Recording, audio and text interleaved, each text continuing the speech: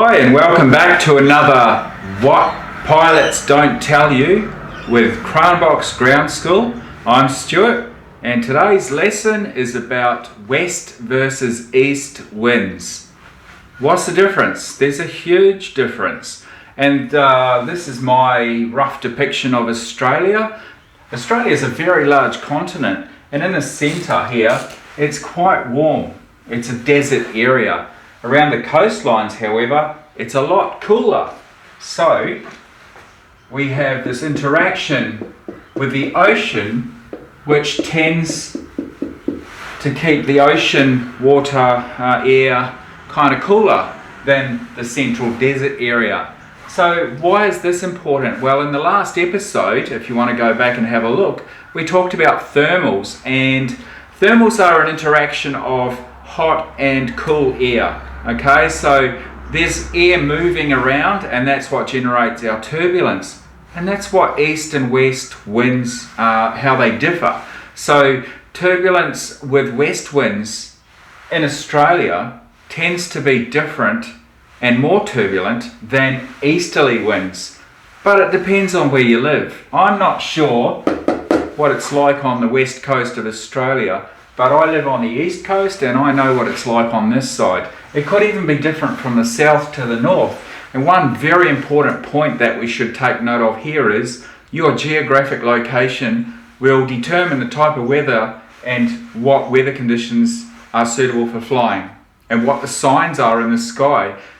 You know, like how different forecasts are going to affect the turbulence in the air. So I want to talk about Australia. You should look at your own general location for where you are. North America is about the same size as the Australian continent. So that might have a similar kind of a turbulent nature.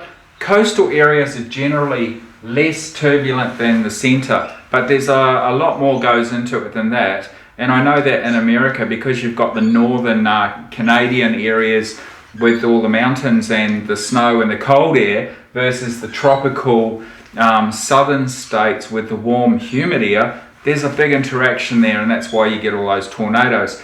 That's totally not what we're talking about today. So why are westerlies for me on the east coast? Now I live generally in this area here. Why are these winds different? Why I prefer to fly in easterly winds. In fact, we have prevailing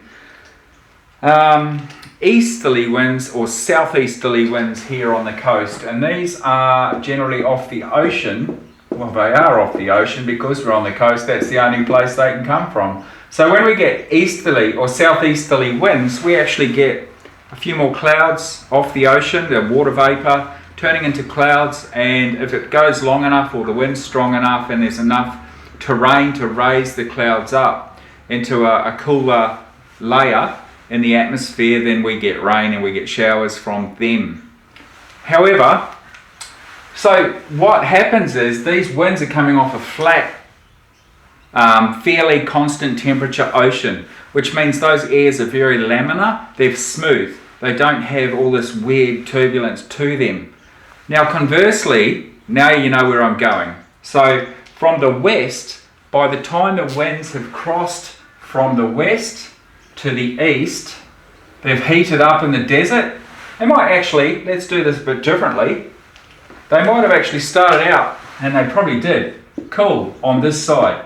If anyone on the west coast can confirm this, I'm pretty sure they will be. But when the winds are coming from this direction, and remember this is the jet stream, up at the higher layers we have this thing called a jet stream, and that generally determines, it's due to the Earth's rotation too, as to which direction these winds are going. So upper atmosphere prevailing winds, jet stream is always west to east. So our weather generally, well it does, it always comes from the west. So when the winds come from the west, they come in cold from South Africa, or from Africa.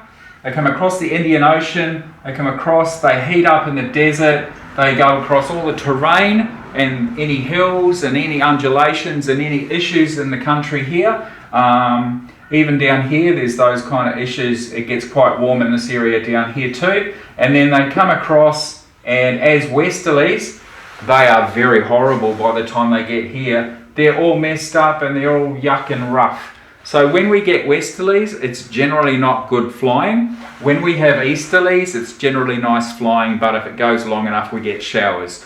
That sums up the difference between the easterlies and the westerlies. Check out your area. Not sure how that affects you where you are. Everywhere is going to be different. So get to know your weather patterns, understand your weather, and enjoy safe flying.